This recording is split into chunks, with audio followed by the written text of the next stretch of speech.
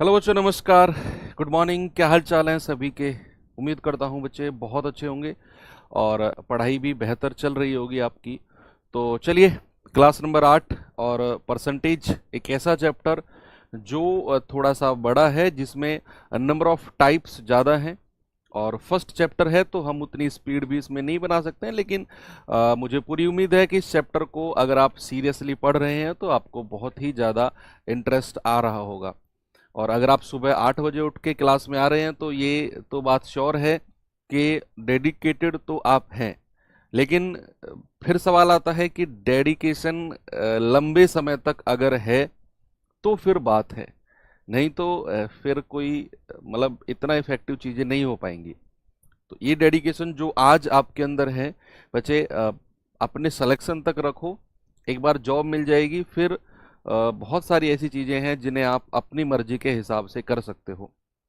हाँ, ये भी मैं मानता हूँ कि जब जॉब लग जाती है तो बहुत सारी चीज़ें के लिए हम बाउंड हो जाते हैं, लेकिन बहुत सारी चीज़ें हम अपनी मर्जी से भी कर सकते हैं। आपके पास भाई पैसा होगा, सैलरी होगी, तो आप बिना किसी की परमिशन के अपने अकॉर्डिंग खर्च कर सकते हो और जो चाहो वो ले सकते हो। तो लेकिन वो चीज़, वो दिन लाने के लिए आज आपको बहुत ही ज़्यादा मेहनत करनी होगी, नहीं तो चीज़ें डिपेंडेंट बहुत ज़्यादा हो जाएंगी दूसरे लोगों पर। तो आपके पास ऑप्शन है, आप क्या ऑप्शन चूज करना चाह रहे हो? ओके, तो चलिए शुरू करते हैं बच्चा क्लास को। और टाइप हमारा 9 चल ही रहा है। इसमें ये सवाल करेंगे जरा, बहुत अच्छे अच्छे क्वेश्चन भी हैं। जनसंख्या वाले क्वेश्चन हम लोग कर रहे थे ना, इसमें लिटरली अगर मैं प्रीवियस ईयर्स की बात करूं तो अच्छे अच्छे सवाल भी बने हैं इस चैप्टर में, इस टॉपिक में, जनसंख्या वाले में। चुनाव वाले प्रश्न करेंगे बच्चे, चुनाव वाले भी करेंगे, काहे परेशान होते हो। सवाल है, किसी देश की जनसंख्या में पहले वर्ष में 8% की वृद्धि होती है, दूसरे वर्ष में 10% की कमी होती है और तीसरे वर्ष में फिर से 6% की वृद्धि हो जाती है। यदि वर्तमान जनसंख्या 6 करोड़ है तो 3 वर्ष बाद जनसंख्या क्या होगी? और एसएससी जीडी 2023 का पूछा गया सवाल है।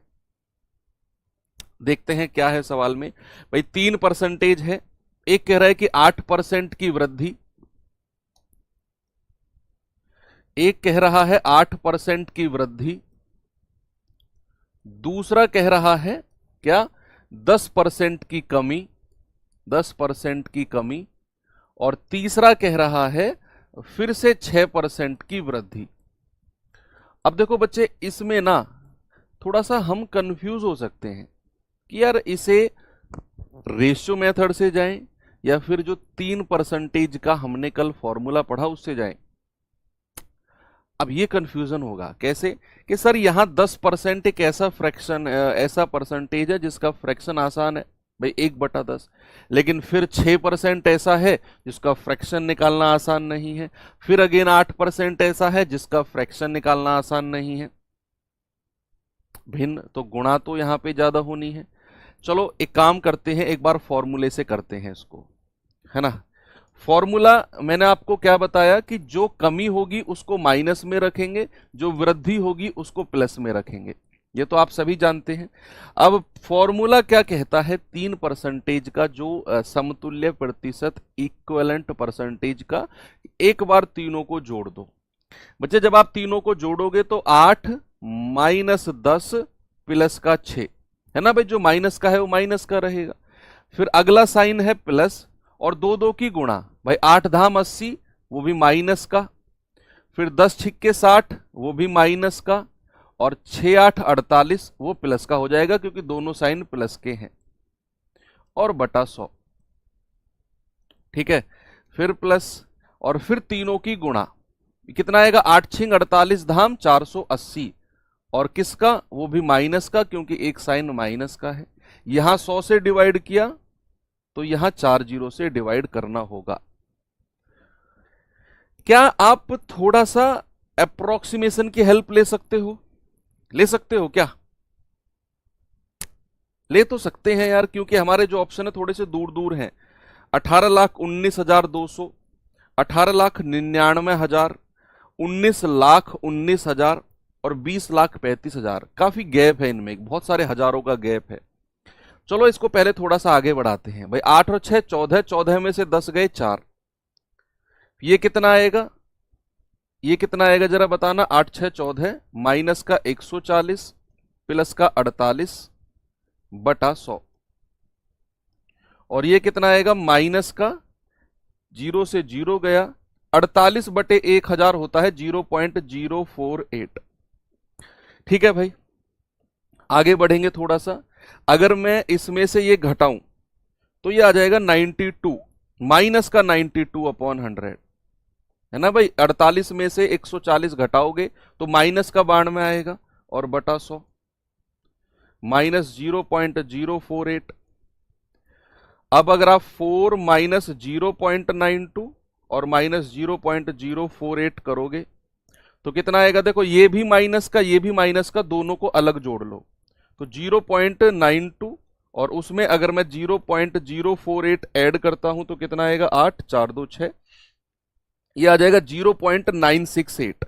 कितना आएगा बच्चे, 4 में से 0.968 माइनस करना है, 4 में से 0.968।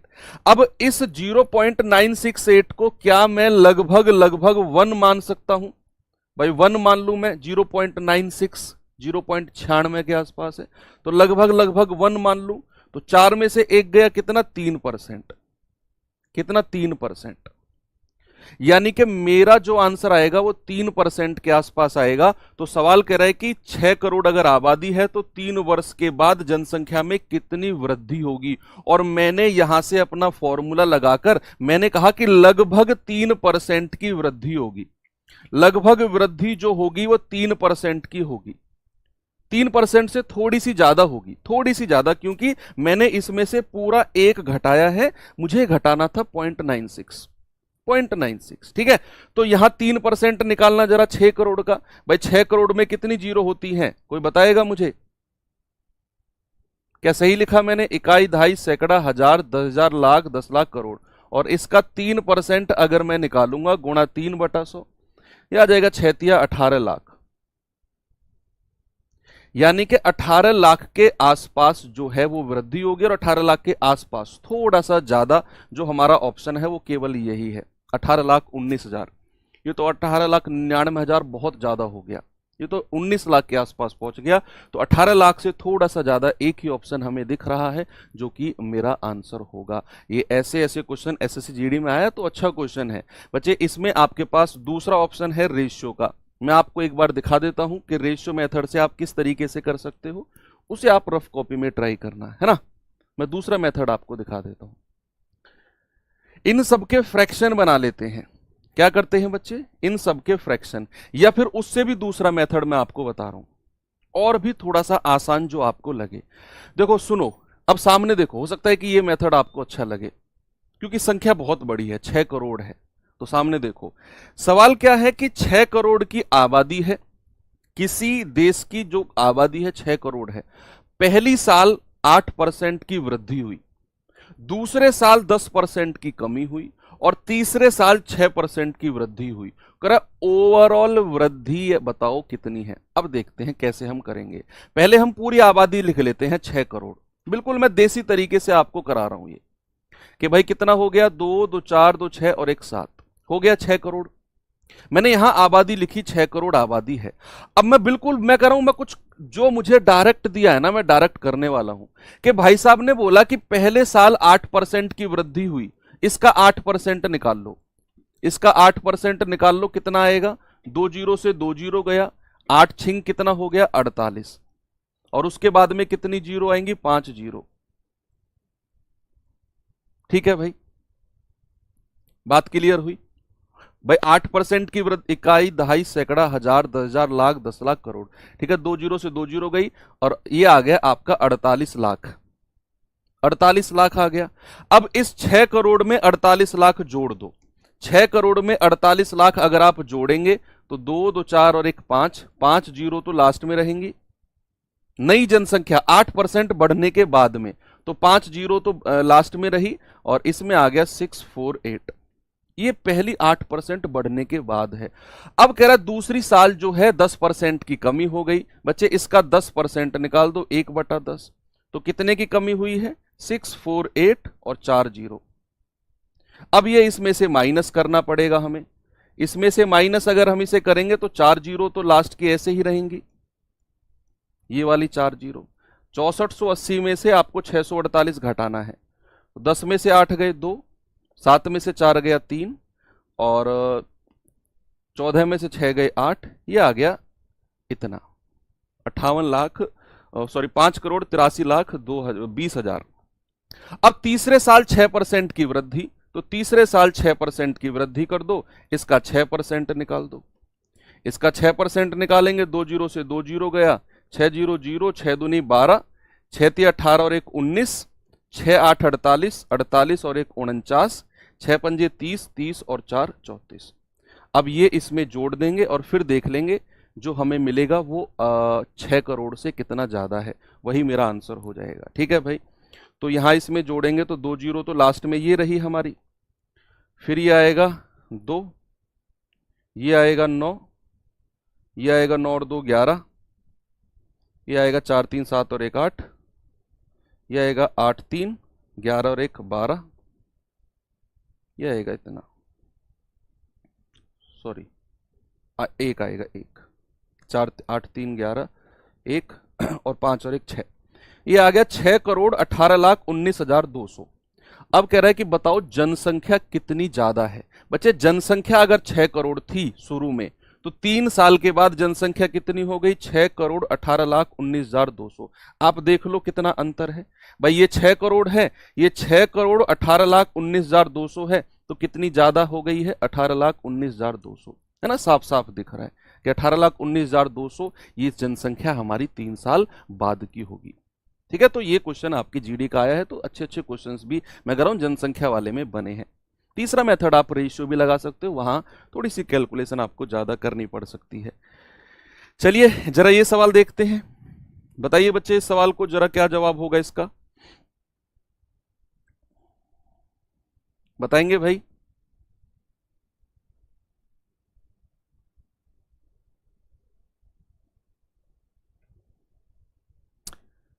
एक प्रयोगशाला में तैयार किए गए एक कल्चर में बैक्टीरिया की आबादी 8 गुणा 10 की पावर 8 है।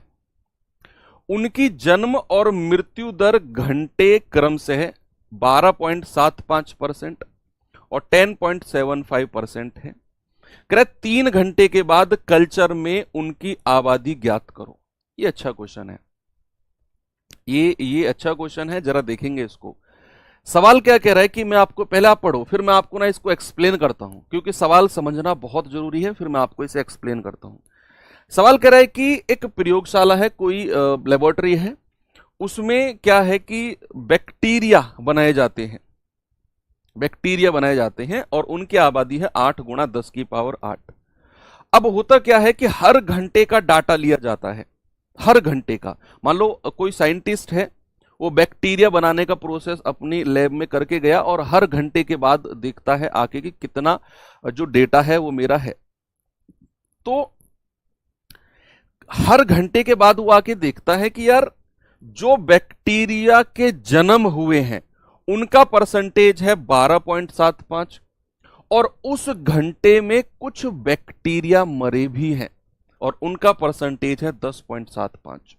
1 घंटे का ही सीन है ये 1 घंटे में ही है कि जिन जिन जिन बैक्टीरिया ने जन्म लिया उनका परसेंटेज है 12.75 और उसी घंटे में जिन बैक्टीरिया की मृत्यु हुई उनका परसेंटेज है 10.75। तो अगर मैं आपसे देखूं 1 घंटे का, उसने क्या बोला है 1 घंटे, प्रत्येक घंटे आके देख रहा है ना, दर घंटे की देख रहा है वो, तो 1 घंटे का अगर मैं डेटा लूं, 1 घंटे का क्या डेटा है बच्चा कि 12.75 तो जन्म हुआ है प्लस, और कितने की मृत्यु हुई है? 10.75% की मृत्यु हुई है, ये माइनस 1 घंटे में। अब अगर मैं 1 घंटे का ओवरऑल डेटा देखूं, ओवरऑल कि भाई 1 घंटे में इतने % बैक्टीरिया ने तो जन्म लिया और इतने % बैक्टीरिया मर गए, तो ओवरऑल अगर मैं वृद्धि या कमी देखूं तो भाई 12.75 में से 10.75 माइनस कर दो, आप कहोगे सर 2% की वृद्धि हुई है ओवरऑल। ये प्रति घंटे है, वृद्धि प्रति घंटे, ये प्रति घंटे की आपने वृद्धि निकाली है। इंक्रीज कितना हुआ है, कितने लोग बैक्टीरिया ने जन्म लिया प्रति घंटे, है ना भाई। आप ये मान के चलो कि मान लो 20 बैक्टीरिया ने जन्म लिया 1 घंटे में और 10 बैक्टीरिया मर गए, तो ओवरऑल डेटा में मैं क्या कहूंगा, मैं कहूंगा कि 20 ने जन्म लिया और 10 मर गए। सर ओवरऑल में तो 10 ने ही जन्म लिया है, अगर मैं ओवरऑल डेटा देखूंगा सभी का। तो यहां प्रति घंटे में इतने % ने जन्म लिया, इतने % मर गए, तो ओवरऑल अगर मैं देख रहा हूं तो इसमें से माइनस कर दो। सर 1 घंटे में 2% ने ही जन्म लिया, 1 घंटे में। और बच्चे सवाल ने बोला है कि 3 घंटे बाद उनकी आबादी कितनी होगी, 3 घंटे के बाद, यानी कि मुझे 2% 2% और 2% को कितनी बार देखना है, 3 बार देखना है, 3 बार। अब या तो मैं इसको रेशियो मेथड से करूं कि 2% का जो भिन्न होता है वो 2/100 होता है, और 2 एकम 2 और 2 पंजे 10, 50। अब हर घंटे में 2% की वृद्धि हो रही है, तो पहला हो जाएगा 50 से 51, है ना भाई, एक जुड़ जाएगा। दूसरा भी 50 से 51 और तीसरा भी 50 से 51। अब क्या 51 गुणा 51 गुणा 51 की मल्टीप्लाई करनी आसान है? क्या 51 गुणा 51 गुणा 51 की मल्टीप्लाई करनी आसान है? आप कहेंगे सर बिल्कुल भी नहीं है, ये तो बड़ा टिपिकल हो जाएगा। तो बढ़िया है, मैंने आपसे कहा जब भी ऐसे परसेंटेज आए, भाई उसने बोला है ना 3 घंटे, इसीलिए मैंने 2% को 3 बार लिखा। जितने घंटे वो बोलेगा उतने ही परसेंटेज हमें लिखने हैं। अब इनका 3 बार का फॉर्मूला आप लगा दो, 3 बार का फॉर्मूला आप लगा दो। तो कैसे करेंगे भाई, पहला स्टेप कहता है एक बार तीनों को जोड़ दो, तो 2 2 4 2 6, ये हो जाएगा 6, प्लस 2 2 की गुणा करेंगे, 2 दूनी 4 प्लस 2 दूनी 4 प्लस, और इसकी 2 दूनी 4 बटे 100। फिर तीनों के आपस में करेंगे, 2 दूनी 4 दूनी 8 और बटे 4 0, ठीक है। तो ये हो जाएगा 6 प्लस 12 बटे 100 प्लस 8 बटे 10,000 होता है 0.0008, है ना भाई। 4 0 है तो पॉइंट के बाद 4 संख्या होनी चाहिए। ये हो जाएगा 6 प्लस 0.12 प्लस 0.0008। आप इनको जोड़िए, ये आ जाएगा 6.1208%, है ना भाई। पॉइंट वालों को तो अलग जोड़ लो, 0.12 और 0.0008, तो कितना आ जाएगा 0.1208। पॉइंट वालों को अलग जोड़ा और 0.1208 को 6 के साथ जोड़ा तो ये मिल गया, ठीक है। तो इन तीनों को जोड़ा तो 6.1208%, यानी कि ओवरऑल जो वृद्धि होगी ना 2% 2% 2% की, वो 6.1208% होगी। ये डायरेक्ट याद कर लो, ये जब हम पढ़ेंगे ना CI कंपाउंड इंटरेस्ट चक्रवृद्धि ब्याज, ये वहां पर काम आएगा। तो 2% 2% 2% का समतुल्य वृद्धि कितनी हुई, 6.1208%। बस इतने का निकाल लो ये और जोड़ दो उसमें, ये आपका जवाब होगा, ये आपका जवाब होगा। जरा बताना जल्दी से कितना आएगा भाई। हमारे पास थोड़ा सा बड़ा है डेटा, तो 8 और 10 की पावर 8 का मतलब है 8 0, 3 4 5 6 7 8, और उसका कितना % निकालना है, 6.1208 और बटे 100। पॉइंट हटेगा, नीचे 4 0 आ जाएंगी, 2 2 4 2 6, 6 0 से 2 2 4 2 6 0 गया। हमारा डेटा कितना आ गया, 800 गुणा 61208।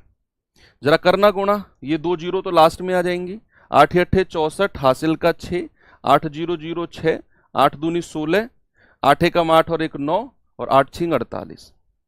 यानी कि इतनी वृद्धि हुई है ओवरऑल।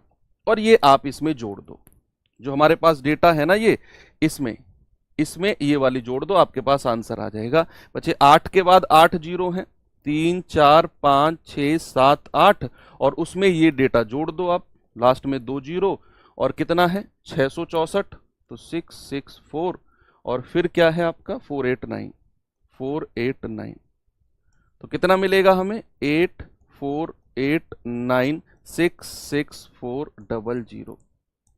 ऑप्शन नंबर ए हमारा बिल्कुल सही है।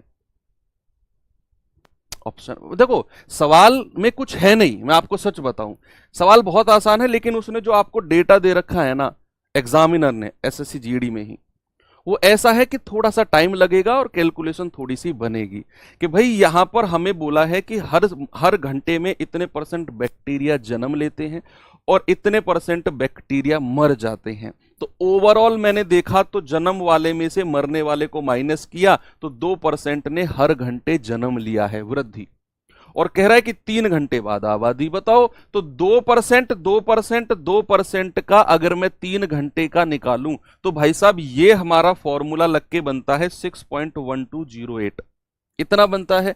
और फिर उसने कहा अगर इतना बनता है तो भैया फिर 8 गुणा 10 की पावर 8 है ये, 10 की पावर 8, और 10 की पावर 8 का मतलब होता है 8 जीरो 8 के बाद, और फिर मैंने उसका इतना % निकाला तो ये बन गया हमारा इतना, और उठाकर इसी में जोड़ दिया, यानी कि 3 घंटे के बाद इतनी आबादी होगी बैक्टीरिया की। ऑप्शन देख लो, ऑप्शन बड़े बड़े हैं तो कैलकुलेशन थोड़ी सी अच्छी बनती ही है। तो चलिए ये भी बात आपको क्लियर हुई। आगे चलते हैं थोड़ा सा अगले टाइप की तरफ, और ये थोड़ा सा आपको आसान लगने वाला है टाइप, ये टाइप थोड़ा सा आसान है। कोई बात नहीं यार, हर चैप्टर में आसान सवाल भी मिलेंगे, मॉडरेट भी मिलेंगे, और थोड़े से अच्छे लेवल के सवाल भी मिलेंगे। अब जो ये टाइप 10 मैं आपको कराने वाला हूं, ये थोड़ा सा आसान टाइप है। इसमें पहले थोड़ा सा डिस्कशन करते हैं क्या है इस टाइप में, जरा देखते हैं भाई। एक होती है कीमत, कीमत, एक होता है खर्चा, एक होता है खपत, और एक होता है खर्चा, खर्चा, जिसको इंग्लिश में कहते हैं एक्सपेंडिचर। क्या कहते हैं बच्चे? एक्सपेंडिचर, ठीक है। इसको क्या कहते हैं? कंजप्शन, कंजप्शन, और इसको क्या कहते हैं? रेट। इनके बारे में थोड़ा सा ना एक्सप्लेन करता हूं मैं कि ये होते क्या क्या हैं, सुनना। आप मार्केट गए, आपने देखा कि यार जो चीनी है, जो चीनी है उसकी जो कीमत है वो 40 रुपए पर केजी है। भाई आपने पूछा दुकानदार से कि चीनी का भाव क्या है, तो उसने कहा 40 रुपए पर केजी। तो जैसे ही उसने भाव बताया तो वो है उसकी कीमत, वो जो भाव है ना वो उसकी कीमत है। फिर आपने कहा ठीक है 40 रुपए पर केजी है, 2 किलो चीनी दे दो। पहले तो आपने भाव पूछा कि चीनी का भाव क्या है, उसने कहा 40 रुपए पर केजी, वो उसकी कीमत है, रेट। फिर आपने कहा ठीक है 2 किलो चीनी दे दो। वो जो 2 किलो चीनी आपने मांगी है ना वो आपकी खपत है, वो आपका क्या है? वो आपका कंजप्शन है। और अगर मैं आपसे कहूं कि 40 रुपए पर केजी की चीनी है और 2 किलो आपने ली, तो आपका खर्चा कितना हुआ बताओ? आपका खर्चा कितना हुआ? अगर कीमत 40 रुपए पर केजी चीनी की है, बच्चे 40 रुपए पर केजी चीनी की है, और आपने 2 किलो चीनी उस दुकानदार से ली, तो आपका खर्चा कितना हुआ? आप कैसे कैलकुलेट करोगे? आप कहोगे सर 1 किलो 40 रुपए की, तो 2 किलो के लिए हम इन दोनों को गुणा कर देंगे सर, 40 दूनी, सर हमारा खर्चा हो गया 80 रुपए का। बड़ा बेसिक चीज मैं आपको बता रहा हूं कि हमारा जो खर्चा है वो हो गया 80 रुपए का। ये कैसे आपने कैलकुलेट किया? ये आपने इस कीमत को गुणा किया है खपत में। तो बच्चे यही फॉर्मूला बन गया या यही कॉन्सेप्ट बन गया कि अगर मैं कीमत को खपत से गुणा करता हूं तो मुझे क्या मिल जाएगा? मुझे हमेशा खर्चा मिलेगा। क्या मिलेगा? मुझे हमेशा खर्चा मिलेगा। अगर मैं रेट को कंजप्शन से गुणा करता हूं तो ऑलवेज एक्सपेंडिचर मुझे मिल जाएगा, कितना मेरा एक्सपेंडिचर हुआ है। ये एग्जांपल आप अच्छे से इस बात को समझ गए हो। ओके, ये बात भी क्लियर हो गई। चलो थोड़ा सा और आगे चलते हैं इसी में ही कॉन्सेप्ट में, है ना भाई? ये तो क्लियर है ना कि कीमत को अगर मैं खपत से गुणा करता हूं तो मुझे खर्चा मिल जाएगा, कि कितना भाव है और कितना मुझे चाहिए। गुणा कर दो दोनों को, पता चल जाएगा कितना पैसा मुझे देना है। वो कैलकुलेटर में जोड़ता है ना दुकानदार, वो यही तो करता है। दुकानदार कीमत को खपत से गुणा करता है, बताएगा भैया इतना रुपया दे दो, है ना। सेकंड कॉन्सेप्ट क्या है? सेकंड कॉन्सेप्ट है कि बच्चे अगर खर्चा समान है, अगर खर्चा समान है, पहले ये लिख लो फिर मैं इसको भी एक्सप्लेन करता हूं। अगर खर्चा समान है यानी कि आपका जो एक्सपेंडिचर है वो कांस्टेंट है। इंग्लिश वाले बच्चे कि अगर आपका एक्सपेंडिचर कांस्टेंट है यानी कि खर्चा समान है, वो चेंज नहीं होगा, तो जो रेशियो हमारी कीमत का होगा, जो अनुपात हमारी कीमत का होगा ए बी, उसका जस्ट उल्टा किसका हो जाएगा? खपत यानी कि कंजप्शन का होगा। जो रेशियो हमारे प्राइस का होगा उसका उल्टा रेशियो किसका होगा? कंजप्शन का होगा। ये मैं आपको एक्सप्लेन भी करता हूं, रुको अभी। ये दो कॉन्सेप्ट आपको यहां मैंने बताए, दो कॉन्सेप्ट, और इन्हीं दो कॉन्सेप्ट पे अगले जो दोनों टाइप है ना, इन्हीं दोनों कॉन्सेप्ट पे हैं। जरा देखिए, मैंने कहा कि कीमत को अगर मैं खपत से गुणा करता हूं तो मुझे एक्सपेंडिचर यानी कि खर्चा मिल जाएगा। सबको समझ में आ गया कि सर चीनी 40 रुपए पर केजी की, 2 किलो चीनी अगर मैं लेता हूं तो 40 दूनी 80 रुपए मुझे देने होंगे, यानी कि मैंने रेट को कंजप्शन जितना मुझे चाहिए उसको खपत कहते हैं, गुणा किया तो मुझे खर्चा मिल गया। अब बात आती है इस वाले कॉन्सेप्ट की। इस कॉन्सेप्ट की बात आती है कि सर ये आपने लिख तो दिया, ये है क्या एक्चुअल में? ये है क्या कि सर खर्चा अगर समान है तो जो कीमत का अनुपात होगा उल्टा खपत का होगा। इसका मतलब है, सुनो मेरी बात, आपकी जेब में 500 रुपए हैं, आपकी जेब में 500 रुपए हैं, आप मार्केट गए, आपने कहा भाई मुझे ना चावल दे दो। तो चावल का भाव आपने पूछा, उसने कहा भाई 100 रुपए प्रति किलो है। सुनते रहना, 100 रुपए प्रति किलो है चावल का भाव। 500 रुपए आपकी जेब में है और कुछ पैसा नहीं है, कितने किलो चावल आएंगे? अपने ही दिमाग में आंसर दो, लिखने की भी जरूरत नहीं है कमेंट बॉक्स में। मैंने कहा आपके पास 500 रुपए हैं, आप मार्केट गए, आपने कहा भाई चावल के क्या भाव है? उसने कहा 100 रुपए पर किलो है। तो आप कहेंगे कि लो 500 रुपए सभी के दे दो, तो क्या 5 किलो चावल आएंगे? भाई 100 रुपए 1 किलो, तो 500 रुपए में 5 किलो, 5 किलो चावल आप लेके आए हो जब भाव 100 रुपए था। अब दूसरे दिन भी आप 500 रुपए लेकर गए, दूसरे दिन भी आप 500 रुपए लेकर गए और सेम दुकान पे पहुंचे, आपने कहा भाई चावल का भाव कितना है? उसने कहा 150 रुपए पर किलो, यानी कि 150 रुपए हो गया चावल का भाव।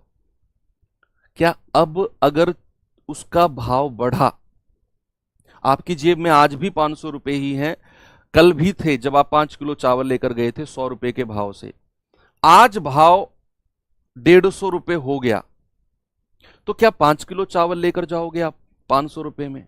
यस और नो में जवाब दो।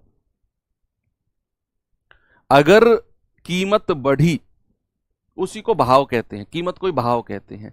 अगर कीमत बढ़ी, अगर प्राइस बढ़ा, 100 रुपए से 150 रुपए चावल का हो गया, तो क्या 500 रुपए में आज भी आप 5 किलो लेकर जाओगे? नहीं। ये एग्जाम्पल आप पेट्रोल से भी समझो। आप आप नॉर्मली देखो, हम लोग क्या होते हैं मिडिल क्लास फैमिली के, हम लोग 1 लीटर 2 लीटर नहीं डलवाते हैं। हम कहते हैं 100 रुपए का पेट्रोल डाल दो या 50 रुपए का पेट्रोल डाल दो, ऐसे ही कहते हैं ना पेट्रोल पंप पे अपनी स्कूटी बाइक ले जाकर के 100 रुपए का डाल दो, 50 का डाल दो, जितना भी आए। हम ये नहीं कहते हैं कि 1 लीटर डाल दो, और 1 लीटर का अगर भाव है या रेट है पेट्रोल का 86.5, तो हम 98 कहां से देंगे उसको, 0.5 रुपए कहां से देंगे। हम सीधा सीधा कहते हैं भाई 100 रुपए का डाल दो, यही कहते हैं ना। अब जो पेट्रोल 100 रुपए में अब से 5 साल पहले आता था, जब पेट्रोल का भाव 70 था, क्या आज भी 100 रुपए में उतना ही आता है? नहीं, 100 रुपए में आज उससे कम आता है। तो ये बात यहां से फिक्स हो गई कि 100 रुपए, आप 100 रुपए का भी आप 5 साल पहले भी 100 का ही आप डलवाते थे पेट्रोल, आज भी आप 100 का डलवाते हो, लेकिन क्वांटिटी कम हो गई। पहले 100 रुपए का ज्यादा पेट्रोल आता था, अब 100 रुपए का पेट्रोल कम आता है ना। 100 रुपए फिक्स है, मतलब जो हमारा खर्चा है वो समान है। तो अगर हमारी कीमत ए से बी हुई, अगर कीमत बढ़ी तो खर्चा इसका उल्टा हो जाएगा, क्योंकि मैंने खपत इसका उल्टा हो जाएगा, क्योंकि मैंने आपको एक चीज बताई है कि कीमत को खपत से गुणा करना है, कीमत को खपत से गुणा करना है, तभी जाकर आपको खर्च मिलेगा। तो यहां इन दोनों को गुणा करोगे ए बी, इन दोनों को गुणा करोगे ए बी, भैया खर्चा समान है ना, देख लो ए बी और ए बी। तो अगर हमें खर्चा समान चाहिए तो भैया कीमत को खपत से गुणा करना है ए बी और ए बी। इसका मतलब है कीमत का जो अनुपात होगा उसका उल्टा रेशियो खपत का करना पड़ेगा, अगर आपका खर्चा समान हुआ नहीं है तो, खर्चा समान है तो, और खर्चा समान है तो कीमत का रेशियो मतलब उल्टा अपोजिट रेशियो खपत का। ये बात आप ध्यान रख लो, ठीक है। अगर कीमत बढ़ेगी तो खर्चा उसका उल्टा कर दो, खपत उसका उल्टा कर दो, खपत घट जाएगी। अगर कीमत घटी तो खपत क्या होगी, खपत बढ़ जाएगी, है ना। तो चलिए एक क्वेश्चन मैं आपको कराता हूं इस पे, जरा देखिए। एसएससी जीडी 2023 में आया हुआ क्वेश्चन है बच्चे, जरा देखेंगे इस क्वेश्चन को और बताइए मुझे इसका जवाब।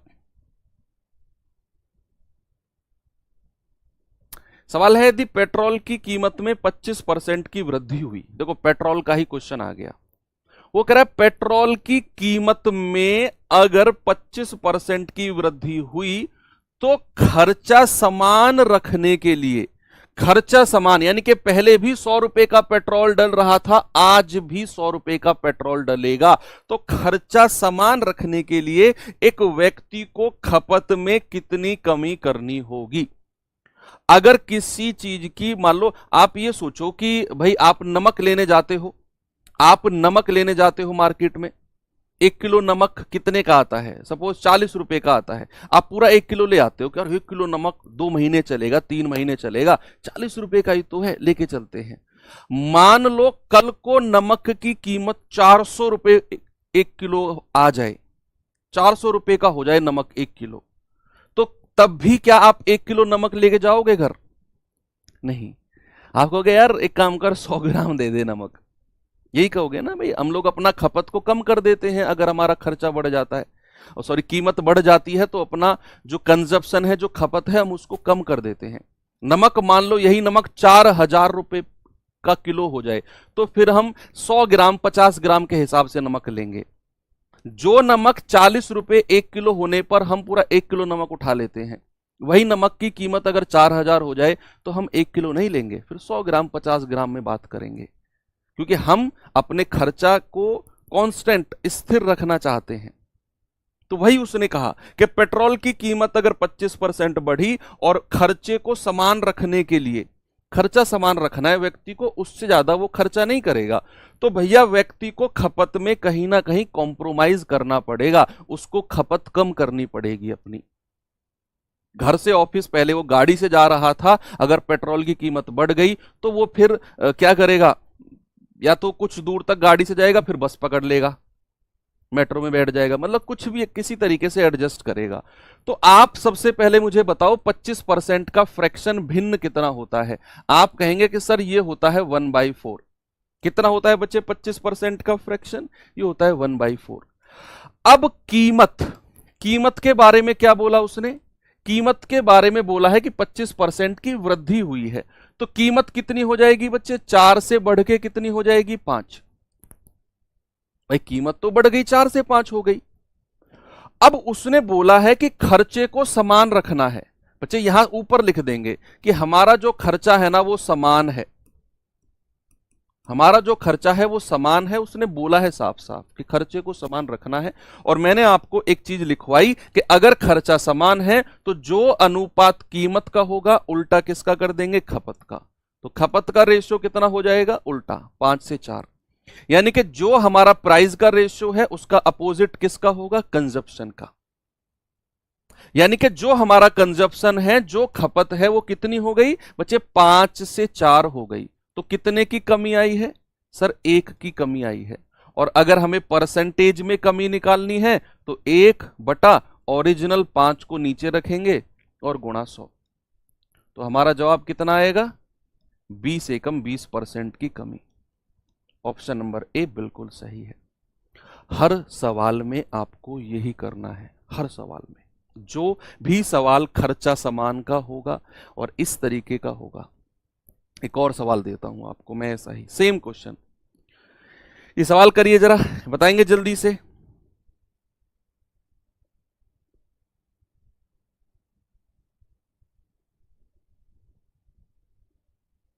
करो भाई इस सवाल को। कैसे करेंगे? सवाल है कि चीनी की कीमत में 20% की वृद्धि की गई।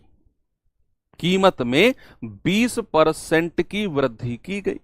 चीनी की खपत में कितने परसेंट की कटौती की जानी चाहिए ताकि चीनी पर हुए खर्चे में कोई भी अतिरिक्त वृद्धि ना हो? भाई साहब उसने साफ साफ बोल दिया है कि अगर चीनी की कीमत 20% बढ़ी ना तो भाई साहब चाय में चीनी कम कर दो। और जो आप रोटी में ऐसे रख के चीनी का ऐसे लाइन बना के ऐसे रोल बना के खाते हो ना, वो खाना कम कर दो। तो वो कह रहा है कि खपत में कितने परसेंट की कटौती की जानी चाहिए। यही तो खपत में कटौती होती है, जो एक्स्ट्रा आप कुछ भी काम नहीं है, ऐसे घूमते घूमते रसोई में गए, जेब में हाथ डाल के कुछ भी अगर फ्रिज खोल के देखा नहीं मिला तो चीनी का डब्बा खोल के इतनी चीनी मुंह में डाल ली, तो वो होता है खपत में कटौती। तो खपत में कटौती की जानी चाहिए ताकि खर्चे में कोई भी वृद्धि ना हो। खर्चा उसे समान रखना है। खर्चा उसे समान रखना है। अगर खर्चा उसे समान रखना है तो बच्चे कीमत का हमें बताना जरा, 20% का फ्रैक्शन भिन्न क्या होता है सर? 1/5। तो कीमत के बारे में उसने क्या बोला है? उसने कहा कीमत में ना 20% की वृद्धि हुई है। कीमत में 20% की वृद्धि, तो 5 में 1 बढ़ के कीमत कितनी हो जाएगी? कीमत हो जाएगी 5 से बढ़ के 6। तो खपत यानी कि जो कंजप्शन है वो कितना होगा? जस्ट इसका उल्टा कर दो, 6 से 5 हो जाएगा। अगर खर्चा समान रखना है 6 से 5। तो भैया खर्चा हमारा 6 से घट के 5 हो गया। कितने की कमी आई है खर्चे में? 1 की कमी आई है। और अगर हमें परसेंटेज में कमी बतानी है तो 1 बटा और ये वाला 6 हम नीचे रखेंगे और गुणा 100। तो 1/6 गुणा 100 का परसेंटेज होता है 16 सही 2/3%। कितना होता है बच्चे? 16 सही 2/3%। बात क्लियर है? यस, यही करना है बस। अगर खर्चा समान है, अब दिमाग में सवाल आएगा कि सर अगर खर्चा समान ना रहे, हम खर्चे को बढ़ा भी सकते हैं सर, हम खर्चे को घटा भी सकते हैं सर, कुछ ज्यादा पैसा भी लगा सकते हैं सर। अब जरूरी थोड़ी सर कल को आटे का भाव बढ़ जाए, आटे का भाव अगर बढ़ जाए कल को तो हम अपना खपत थोड़ी कम कर सकते हैं सर, रोटी खाना कम थोड़ी कर सकते हैं, फिर हमें खर्चा बढ़ाना पड़ेगा। भाई कुछ ऐसी चीजें हैं जिनका भाव अगर बढ़ भी जाए तो भी हमें उसके खर्चे को बढ़ाना पड़ेगा, या खर्चा कुछ ऐसी चीजें हैं जो खर्चा घटाना पड़ेगा। बहुत सारे केस हो सकते हैं, जरूरी थोड़े खर्चा समान रखेंगे हम हर केस में। कीमत बढ़ेगी तो हम रोटी खाना बंद कर दे क्या? नहीं कर सकते। एसेंशियल चीजें हैं कुछ। कल को गैस, आज गैस मान लो 800 रुपए की, 900 रुपए की, 1000 रुपए की भरी जा रही है सिलेंडर में, कल को वो 5000 की भरी जाने लगे तो क्या हम चूल्हे पे रोटी थोड़ी बना सकते हैं आजकल तो, मतलब पहले लोग बनाते थे लेकिन अब चीजें थोड़ी सी मॉडर्नाइज हो गई हैं। तो सिलेंडर है तो भाई कुछ ना कुछ तो खर्चा बढ़ाना पड़ेगा ना, थोड़ी बहुत गवर्नमेंट सब्सिडी देगी, थोड़ा बहुत हम खर्चा बढ़ाएंगे, 2-2.5 हज़ार में बना लेंगे काम, कुछ ना कुछ ऐसा। मैं एक एग्जाम्पल दे रहा हूँ। तो खर्चा समान तो नहीं रख पाएंगे फिर उस केस में। तो यहां अगर मैं एक सवाल ऐसा आपको दूं कि खर्चा समान नहीं है, जैसे ये सवाल आपका एसएससी जीडी 2019 का आया हुआ सवाल है, जरा देखिए एक बार इसको, कि तेल की कीमत में 20% की वृद्धि हुई, तेल की जो कीमत है उसमें 20% की वृद्धि हुई, जबकि इसके खर्च पर 15% बढ़ गया, जो खर्चा है वो 15% बढ़ गया। तो तेल की खपत की वृद्धि या कमी बताओ क्या होगी।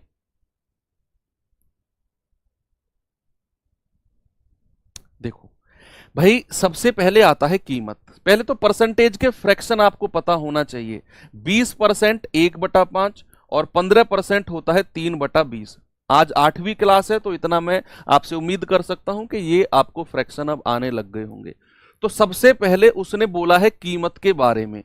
उसने क्या बोला है, कीमत 20% बढ़ गई, यानी कि ये हो जाएगा 5 से 6। दूसरा नंबर आता है खपत का।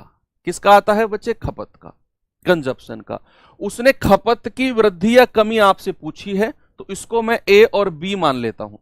ये मुझे निकालना है, ये मुझे निकालना है। और तीसरा अगर मैं कहूं खर्चा, खर्चे के बारे में उसने क्या बोला है, 15% बढ़ा, यानी कि 20 में 3 जोड़ दो, ये हो गया 23। और बच्चा ये बात हम बहुत अच्छी तरह अब जान गए हैं कि अगर मैं कीमत को खपत से गुणा करता हूं तो मुझे खर्चा मिलेगा, अगर मैं प्राइस को कंजप्शन से गुणा करता हूं तो मुझे एक्सपेंडिचर मिल जाता है। प्राइस को कंजप्शन से गुणा करने पर एक्सपेंडिचर मिल जाता है। तो अगर मैं इन दोनों को गुणा करता हूं तो क्या मिलेगा मुझे, 5A बटे इन दोनों को गुणा करता हूं तो क्या मिलेगा मुझे, 6B बराबर, और खर्चे का रेशियो हमारे पास कितना है, 20/23। और इस चीज को यहां से ए और बी का अनुपात हम निकालेंगे। इसका मैं दूसरा तरीका भी बताऊंगा, ए और बी का डायरेक्ट अनुपात निकालने का। अभी रुको, अभी तो मैंने आपको जस्ट एक सिंपल सी बात कही है, इन दोनों की गुणा 5A, इन दोनों की गुणा 6B बराबर 20/23। अब यहां से अगर मैं ए और बी का रेशियो आपसे पूछूंगा तो ये 6 तो ऊपर जाके गुणा हो जाएगा 20 के साथ, 120, और ये वाला 5 नीचे आके गुणा हो जाएगा 23 के साथ, यानी कि 115। ए और बी का रेशियो आपको मिल गया 120 और 15, ये 120 और ये 15, 115। अब आप देख लो भाई कितने की कमी हुई है खपत में, 120 से 115। सेकंड मेथड भी बताऊंगा आपको मैं। यहां हमारी जो खपत है वो 120 से 115 हुई है, 120 से 115, तो कितने की कमी आई है सर, 5 की कमी आई है। क्या आई है बच्चा, 5 की कमी। और अगर हमें परसेंटेज में कमी निकालनी है, अगर हमें परसेंटेज में कमी निकालनी है तो 5 की कमी बटे ओरिजिनल कितना है 120 और गुणा 100। तो 20 पंजे 100, 20 छिक्के 120, 5 पूरे 25/6% की कमी। कितना आंसर है, 6 चौक 24, 4 सही 1/6% की कमी, ऑप्शन नंबर डी। 20 से 23 कैसे है, आप लोग शुरू से क्लास नहीं किए हो, परसेंटेज की 7 क्लास हो चुकी हैं, आज क्लास नंबर 8 है, उन क्लास को करो बच्चे, आपको चीजें समझ में आएंगी कि कैसे 20% का 1/5 बना, कैसे 20 से 23 बना। शुरू की क्लासेस करिए, उसमें आपका फायदा है ना, उसमें आप ही का प्रॉफिट होगा। चलिए अब मैं ये वाला जो कैलकुलेशन है ना, थोड़ी सी आपके लिए कम करता हूं, थोड़ी सी इसको थोड़ा सा दूसरे तरीके से बताने की कोशिश करता हूं कि कैसे हम इसको दूसरे तरीके से कर सकते हैं। ये वाली कैलकुलेशन आपकी थोड़ी सी आसान बनाता हूं मैं।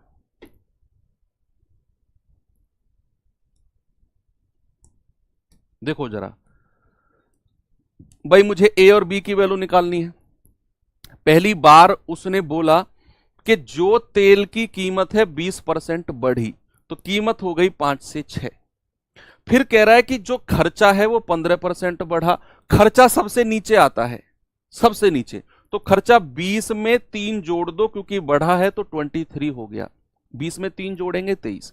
अब कह रहा है बताओ खपत में कितने परसेंट की वृद्धि या कमी होगी। खपत जो है वो बीच में आती है ए और बी, और हम जानते हैं इन दोनों को गुणा करके ये मिलता है, इन दोनों को गुणा करके ये मिलता है।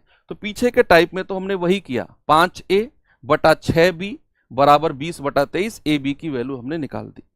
यहां ए और बी की वैल्यू डायरेक्ट निकालना आपको मैं बताता हूं कैसे हम निकाल सकते हैं बिना कोई अनुपात बनाए। क्या करना है बच्चे, सामने देखना। ए की जो वैल्यू होगी पता है वो क्या होगी, इस 20 की गुणा इस 6 में कर दो, कितना आएगा 120, और इस 23 की गुणा इस 5 में कर दो, 23 पंजे कितना होता है 115, आ गया डायरेक्ट। आपको कोई रेशियो बनाने की जरूरत नहीं पड़ी। आपने जो खर्चा 20 से 23 हुआ है ना, खर्चा बढ़ा 3/20, 15% का फ्रैक्शन, तो 20 से बढ़ के कितना हो गया 23। आपने इस 20 की गुणा इस 6 में करी 120, इस 23 की गुणा 5 में करी 115, आपको मिल गया कि जो खपत है वो 120 से 115 हुआ है, तो खपत में कितने की कमी है, 5 की कमी है, और भाई साहब 120 पर गुणा 100, आपका जवाब आ गया। फिर आप इस तरीके से जा सकते हो, फिर आप इस तरीके से जा सकते हो। ठीक है भाई, चलो यार तुम लोग ना एक तो क्लास नहीं करते हो। देखो सुनो, अभी पता है कुछ बच्चे क्या कह रहे हैं, सर 20% 1/5 कैसे आया, 15% 3/20 कैसे आया, कैसे काम चलेगा, ऐसे कैसे काम चलेगा, चल जाएगा काम ऐसे। आपने, मैं गारंटी से कह सकता हूं, आपने शुरू की क्लास करी ही नहीं है, आपने बाद में बैच परचेज किया है और लाइव क्लास में जुड़े हो, चौथी पांचवी छठी क्लास से जिससे भी जुड़े हो, नहीं करी ना। उसमें मेरा नुकसान होगा क्या, कुछ भी, 1% भी मेरा नुकसान बता दो, कुछ भी नहीं है, आप ही का नुकसान है। आप अगर पहली दूसरी तीसरी क्लास कर लेते तो आपको पता होता कि 20% को हम लिख सकते हैं 20/100, और 20 एकम 20, 20 पंजे 100, और प्रॉपर टेबल भी मैंने बनवाया। 15% का जो फ्रैक्शन होता है वो होता है 15/100, यानी कि 5 तिया 15 और 20 पंजे 100, 3/20। और वृद्धि अगर कहता है तो भैया 20 में 3 जुड़ता है तब 23 होता है ना। ये गलती है बच्चे आपकी, और अभी शुरुआत है, ये गलती मत करो, बिल्कुल भी मत करो। ये सवाल अभी छोड़ो, ये वाला करो, ये सवाल करिए।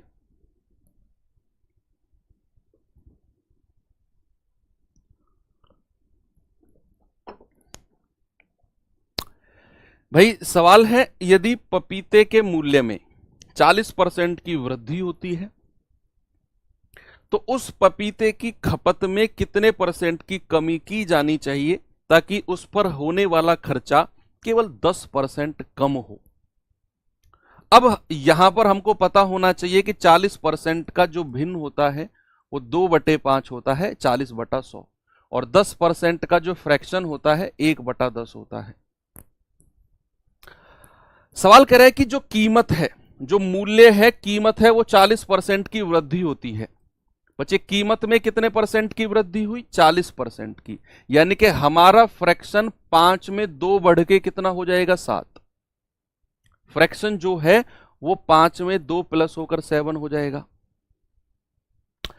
दूसरा, खपत के बारे में हमें कुछ नहीं पता, उसने बोला है कि जो खपत में कितने परसेंट की कमी होगी वो हमें निकालनी है, तो ए और बी हम मान लेते हैं। अब तीसरा नंबर आता है खर्चे का, एक्सपेंडिचर का, जो कि इन दोनों को गुणा करके मिलता है। कह रहा है जो खर्चा है वो 10% कम हो। 10% कम होने का मतलब है 10 में से 1 घटा दो 9। अब हमें ए और बी का वैल्यू चाहिए, तो मैं क्या करूंगा, इस 10 की गुणा 7 में करूंगा, 10 सत्ते 70, और इस 9 की गुणा 5 में करूंगा, 9 पंजे 45, यानी कि हमारी जो खपत है वो 70 से 45 हुआ है। हमारा जो कंजप्शन है वो 70 से 45 हुआ। बच्चे कितने की कमी आई है उसमें, आप कहेंगे सर यहां जो कमी आई है ये तो 25 की कमी आई है, और परसेंट में अगर हमें कमी निकालनी है तो बच्चे 25 बटा ओरिजिनल 70 है और गुणा 100। दो, एक जीरो से एक जीरो गया, 25 धाम 250 बटे 7%, तो 7 तिया 21, 4 7 पंजे 35, 35 पॉइंट कुछ है, 35 पॉइंट कुछ, एक ही ऑप्शन है, 35.7%। ऐसे सवालों का भी तोड़ आपको मिल गया कि आपको ज्यादा कुछ नहीं करना, क्रॉस में मल्टीप्लाई करके आपने वैल्यू लिख देनी है। लेकिन ये आपको लंबे समय तक तभी याद रह पाएगी जब आप इनका बार बार रिवीजन करोगे। No revision, no concept, no understanding, कुछ भी समझ में नहीं आएगा अगर आप रिवीजन नहीं करोगे। हो सकता है अब देखने में आपको अच्छा लग रहा हो, लेकिन अगर शाम को या कल सुबह आप ये करने बैठोगे तो ये होगा ही नहीं आपसे, अगर आप रिवीजन नहीं करोगे। तो रिवीजन तो बच्चे मैथ्स में तो बहुत जरूरी है। अब आप कैसे टाइम निकालोगे, कैसे करोगे, वो देख लीजिए आप।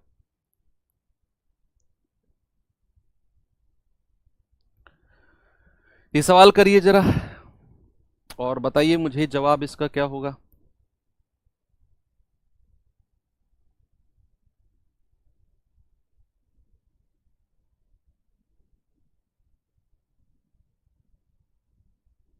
सवाल है, यदि एक मूवी टिकट के मूल्य में,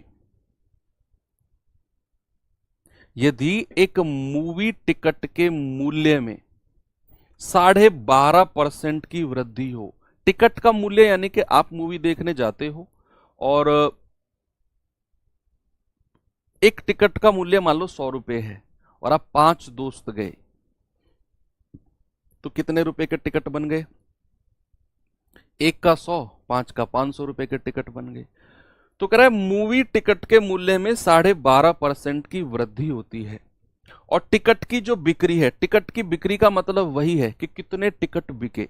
भाई मान लो आपका थिएटर है, आपका ही वो हॉल है, आप मालिक हो उस मूवी हॉल के, और आप एक टिकट का प्राइस 100 रुपए फिक्स कर देते हो कि अगर मेरे हॉल में मूवी देखनी है तो 100 रुपए का टिकट है। आपके पास 50 लोग आ गए, उसको बोलते हैं टिकट की बिक्री। अगर 100 रुपए का टिकट है, 50 लोग आ गए, तो आपका जो रेवेन्यू है, रेवेन्यू यानी कि जो कुल आय आपकी होगी, वो आपकी कितनी होगी? आप 100 को 50 में गुणा कर दोगे। करोगे कि नहीं? 100 को 50 में गुणा कर दोगे, 5,000 रुपए का आपकी इनकम हो जाएगी, है ना। ये थोड़ा सा मतलब चीजें समझनी होती है, जरूरी नहीं हर बार आपको आय, खपत और खर्च ही मिलेगा। थोड़ा सा लैंग्वेज चेंज करके भी मिल सकता है कि टिकट के मूल्य में 12.5% की वृद्धि, टिकट की जो बिक्री है ये खपत के बराबर होती है, बिक्री मतलब खपत। 8.5% की वृद्धि, तो आय मतलब कितना टोटल उसको इनकम हुआ है, वो इन दोनों को गुणा करके आएगा।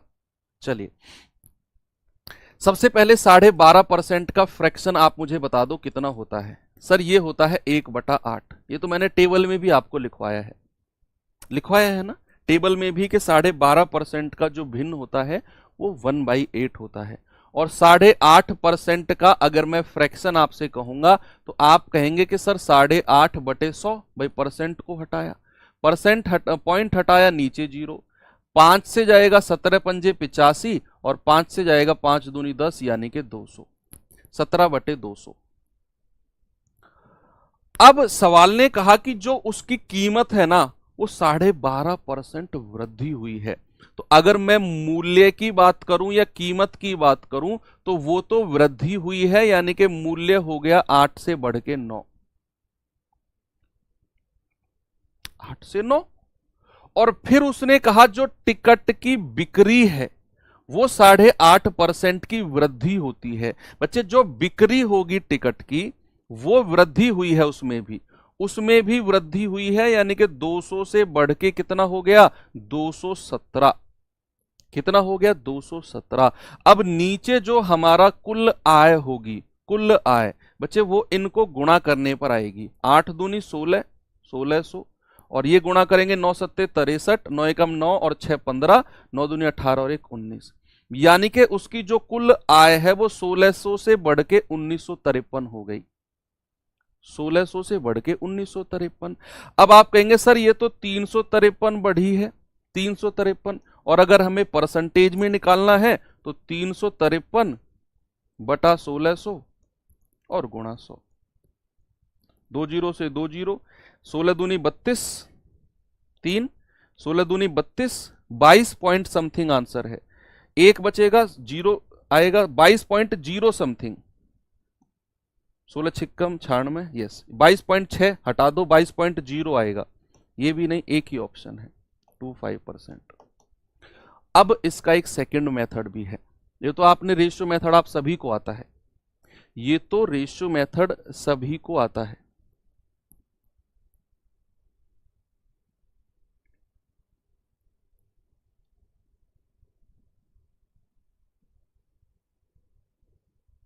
इसका एक सेकंड मेथड और बताता हूं आपको मैं।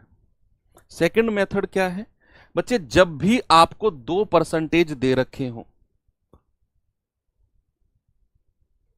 ये वाले मूल्य और बिक्री वाले, जैसे हमको दे रखा है 8.5 और 12.5, ये 2% दे रखे हैं और आय के बारे में पूछा है, और हम जानते हैं कि मूल्य को बिक्री से गुणा करने पर आय मिलता है, यानी कि ये 2% सक्सेसिव बन जाएंगे।